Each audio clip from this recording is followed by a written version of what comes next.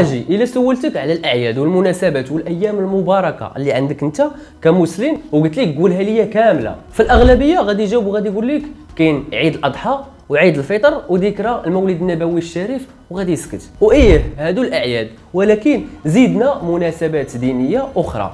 غادي يفكر وغادي يقول لك كاينه ليله القدر في شهر رمضان، وهاد ليله القدر راه كاينه في العشر الاواخر من شهر رمضان، يعني هاد العشر الاواخر فهي 10 ايام مباركه. زائد كاينه كذلك 3 ايام كتسمى 3 ايام البيض من شهر شعبان، وكذلك صيام 6 ايام من شهر شوال، وهذه كذلك تعتبر ايام مباركه عندك انت كمسلم. وزائد يوم عاشوراء في العاشر من شهر محرم، وزائد كذلك صيام يوم الوقوف بعرفه، وزائد كذلك يوم الوقوف بعرفه هذا النهار كذلك كنصوموا فيه، وزائد كذلك في المغرب النهار اللي عندنا حنا معروف اللي كنديروا فيه الكسكس يوم الجمعه، وزائد كذلك صيام كل اثنين وخميس من كل اسبوع.